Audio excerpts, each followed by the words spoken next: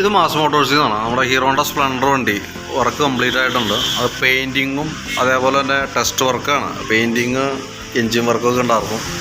അത്യാവശ്യം നല്ല രീതിയിൽ തന്നെ ക്ലിയറായിട്ട് പക്കയായിട്ടാണ് നമ്മൾ ചെയ്തേക്കുന്നത്. അപ്പോൾ അതിനകത്ത് ഫുൾ പെയിൻറ്റിങ് ആയിട്ടാണ് ചെയ്തത്. അഴിച്ച് ഫുൾ പീസാക്കിയിട്ടാണ് പെയിൻറ്റ് ചെയ്തേക്കുന്നത്. അപ്പോൾ അതേപോലെ തന്നെ പ്ലേറ്റിങ്ങിൻ്റെ കുറച്ച് ഐറ്റംസ് പ്ലേറ്റിങ്ങും ചെയ്തിട്ടുണ്ട്. പെയിൻറ്റ് എന്ന് പറയുമ്പോൾ ഫുള്ളായിട്ട് അഴിച്ച് പീസാക്കി പെയിൻറ്റ് ചെയ്തിട്ടുണ്ട്. അതേപോലെ തന്നെ നമുക്ക് ഈ ടാങ്ക്, ഇത് ഇരുന്നേർന്ന ടാങ്ക്, പഴയ ടാങ്ക് വളരെ മോശമായിരുന്നു. അപ്പോൾ അത് സെക്കൻഡ് ഒരു ടാങ്ക് മേടിച്ചിട്ട് ആ ടാങ്കാണ് പെയിൻറ്റ് ചെയ്ത് യൂസ് ചെയ്തതാണ്. പിന്നെ അതിൻ്റെ ബാക്കിലേക്ക് തന്നെ ഈ കൗൾ പീസൊക്കെ ഡാമേജ് ആയിരുന്നു. അതൊക്കെ മാറ്റി പുതിയത് വെച്ചിട്ടുണ്ട്. പിന്നെ പ്ലേറ്റിങ് ചെയ്തേക്കെന്ന് പറഞ്ഞാൽ ഒന്ന് നമുക്ക് ഈ സാരി കാർഡ് പ്ലേറ്റിംഗ് ആണ്. ഇത് പ്ലേറ്റ് ചെയ്തെടുത്തതാണ്. ക്യാരിയർ, സൈലൻസറും പ്ലേറ്റ് ചെയ്ത് ക്ലിയർ ചെയ്തിട്ടുണ്ട് കേട്ടോ. പിന്നെ പ്ലേറ്റിങ് ചെയ്യാതെ കൊണ്ട് കുറച്ച് ഐറ്റംസ് നമുക്ക് റീപ്ലേസ് ചെയ്തിട്ടുണ്ട്. അതായത് അതിന് പ്ലേറ്റ് ചെയ്യാൻ നിൽക്കുമ്പോൾ അതിൽ കൂടുതൽ കോസ്റ്റ് വരും. അതുകൊണ്ട് നമ്മളത് മാറ്റിയേക്കണം കേട്ടോ. ഈ ലേഡീസ് ഫുഡ് റെസ്റ്റ്, ഗിയറിൻ്റെ പെഡല്, ക്രാഷ് ഗാർഡ്, അതേപോലെ തന്നെ ഹാൻഡിൽ ബാർ ഓൾറെഡി നമുക്ക് ഇതും ഇരുന്നത് മറ്റേ ഹെവി ഹാൻഡിലാണ്, പൊക്കം കൂടിയ ടൈപ്പാണ്, ഹൈ ഹാൻഡിലാണ്. അപ്പോൾ അത് മാറ്റിയിട്ട് കമ്പനി ഹാൻഡിലേക്ക് കൺവേർട്ട് ചെയ്തിട്ടുണ്ട്.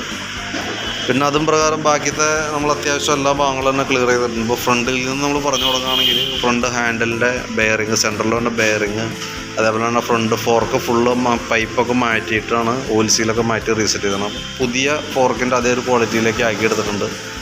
പിന്നെ ഈ പറഞ്ഞ രീതിയിൽ ഫ്രണ്ടിലേക്ക് വരുമ്പോഴത്തേക്കും ബ്രേക്ക്, ക്യാമിൻ്റെ ലിവറുകൾ, കേബിൾ ഐറ്റംസ് അതൊക്കെ നമ്മൾ ചേഞ്ച് ചെയ്തിട്ടാണ് കേട്ടോ. അതേപോലെ വൈസറിൻ്റെ ഈ ഹെഡ്ലൈറ്റ് അസംബ്ലി പുതിയതാണ്. ഇൻഡിക്കേറ്ററുകളൊക്കെ പുതിയതാണ്.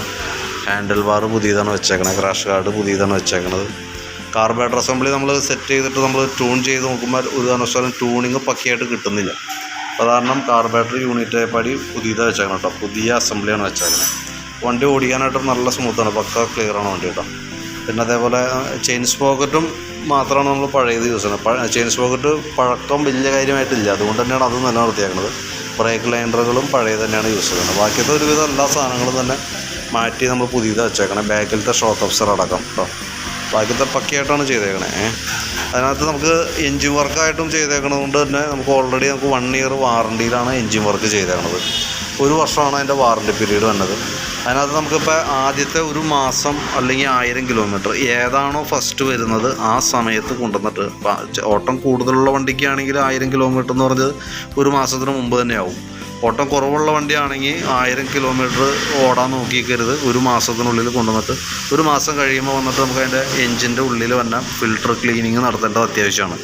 അതായത് നമുക്ക് ഈ ക്ലച്ച് കവറിൻ്റെ ഉള്ളിലാണ് അതിൻ്റെ സ്ക്രീൻ ഫിൽട്ടർ വരിക. അത് അഴിച്ചിട്ട് കൃത്യമായിട്ട് ക്ലീൻ ചെയ്ത് റീസെറ്റ് ചെയ്യണം. അപ്പോൾ ഈ ഫസ്റ്റ് നമ്മളിപ്പോൾ ഒഴിച്ചേക്കണ ഓയിൽ മാറ്റിയിട്ട് പുതിയ ഓയിൽ ഫില്ല് ചെയ്യേണ്ടതായിട്ടുണ്ട്.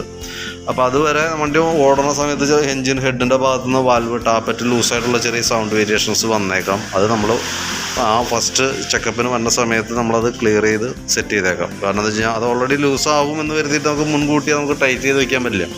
കാരണം അത് ഓടി ലൂസായി കഴിഞ്ഞിട്ട് വേണം നമുക്കത് കറക്റ്റായിട്ട് സെറ്റ് ചെയ്യാനായിട്ട്. പിന്നെ കാർബറേറ്റർ യൂണിറ്റൊക്കെ പുതിയതാണ്. അപ്പോൾ എൻജിൻ ട്യൂണിങ്ങിൽ എന്തെങ്കിലും വേരിയേഷൻസ് വരുത്തണമെന്നുണ്ടെങ്കിൽ ആ ഫസ്റ്റ് ചെക്കപ്പിന് വന്ന സമയത്ത് നമുക്കത് ചെയ്യേണ്ടതാണ്. അപ്പോൾ കൃത്യമായിട്ട് സർവീസ് ഫോളോ ചെയ്യാമെന്നുള്ളതാണ് നമുക്ക് വാറണ്ടി കിട്ടാനായിട്ട് അത് ഏറ്റവും പ്രധാനമായിട്ട് ഒരു കാര്യമാണ്. അത് പ്രത്യേകം ശ്രദ്ധിക്കണം. ആദ്യത്തെ ഒരു മാസം അല്ലെങ്കിൽ 1000 കിലോമീറ്ററാണ് ഫസ്റ്റിലത്തെ ചെക്കപ്പ് വന്നത്. പിന്നെ ഓരോ 4 മാസം കൂടുമ്പോഴാണ് നമ്മളത് ചെയ്തു പോകേണ്ടത്. അപ്പോൾ അത് കറക്റ്റായിട്ട് അതിൻ്റെ ഹിസ്റ്ററി നമുക്ക് ഇവിടെ സിസ്റ്റത്തിൽ കിട്ടിയാൽ മാത്രമാണ് വാറണ്ടി സംബന്ധമായിട്ട് എന്തെങ്കിലും ഒരു കംപ്ലയിൻറ്റ് വന്നാൽ നമുക്കത് ക്ലെയിം ചെയ്യാൻ പറ്റുള്ളൂ. അത് പ്രത്യേകം ശ്രദ്ധിക്കണം. അത് നമ്മൾ ഇവിടുന്ന് വിളിക്കണമെന്ന് നോക്കി നിൽക്കരുത്. കാരണം വെച്ചാൽ കൃത്യമായിട്ട് നമുക്ക് തന്നെ മോണിറ്റർ ചെയ്യാവുന്ന കേസുള്ളൂ. അതായത് ആദ്യത്തെ ഒരു മാസം, അത് കഴിഞ്ഞ് കഴിഞ്ഞാൽ പിന്നെ ഓരോ 4 മാസം കൂടുമ്പോഴും വന്ന് കറക്റ്റായിട്ട് ഓയിൽ ചെക്ക് ചെയ്യണം. കിലോമീറ്റർ ആയിട്ടില്ലെങ്കിൽ ഓയിൽ മാറ്റേണ്ട ആവശ്യമില്ല. പക്ഷേ ചെക്കപ്പ് നിർബന്ധമായിട്ട് ചെയ്യുകയും അതിവിടെ ഡാറ്റ സിസ്റ്റത്തിൽ കയറുകയും ചെയ്യണം. എന്നാൽ മാത്രമാണ് നമുക്കൊരു വാറണ്ടി സംബന്ധമായിട്ടൊരു കംപ്ലയിൻറ്റ് വന്നാൽ 99% വരില്ല. ബൈ ചാൻസ് വന്നു കഴിഞ്ഞാൽ ഈ ഭാഗം കറക്റ്റ് ആണെങ്കിൽ മാത്രമാണ് നമുക്കത് ക്ലെയിമായിട്ട് ചെയ്യാൻ പറ്റുള്ളൂ. അത് പ്രത്യേകം ശ്രദ്ധിക്കണം കേട്ടോ. അത് വിട്ടുപോകരുത്. ബാക്കിയത്തെ ഈ പറഞ്ഞ രീതികൾ അത് കഴിഞ്ഞിട്ടുള്ള ഓയിൽ ചേഞ്ച് കാര്യങ്ങളൊക്കെ കറക്റ്റ് ഫസ്റ്റിലത്തെ മാത്രമാണ് നമുക്ക് ആ ഒരു ഫിൽട്ടർ ക്ലീനിങ്ങിൽ ചെയ്യേണ്ട കേസുള്ളൂ. ബാക്കിയത്തെ ഓരോ 3000 കിലോമീറ്റർ കൂടുമ്പോഴാണ് നമുക്ക് ബാക്കി ഓയിൽ ചേഞ്ച് വരാം. ഇത് കറക്റ്റായിട്ട് ഫോളോ ചെയ്യുകയാണെന്നുണ്ടെങ്കിൽ എൻജിൻ സംബന്ധമായിട്ടുള്ള കംപ്ലയിൻസുകളൊക്കെ 99% ഉണ്ടാവില്ല. അത് പ്രത്യേകം നോക്കാം. കാരണം നമ്മളിപ്പോൾ പുതിയതായിരിക്കുമ്പോൾ കറക്റ്റായിട്ട് നമ്മൾ നോക്കും. വണ്ടിക്ക് പഴക്കം വരുന്നതിൻ്റെ അനുസരിച്ചിട്ട് നമ്മുടെ ശ്രദ്ധ കുറയും. അതാണ് പരമാവധിയും എല്ലാ വണ്ടികളിലും സംഭവിക്കുന്ന കാര്യങ്ങൾ. ഇത്രയും കേസ് നമ്മൾ ക്ലിയറായിട്ട് തന്നെ ചെയ്തിട്ടുണ്ട്. വർക്ക് കംപ്ലീറ്റ് ആയിട്ടുണ്ട്. അപ്പോൾ ബില്ലായി കഴിയുമ്പോഴത്തേക്കും ഓൾറെഡി ഓഫീസിൽ നിന്ന് കോൺടാക്റ്റ് ചെയ്തോളൂ. ഓക്കെ.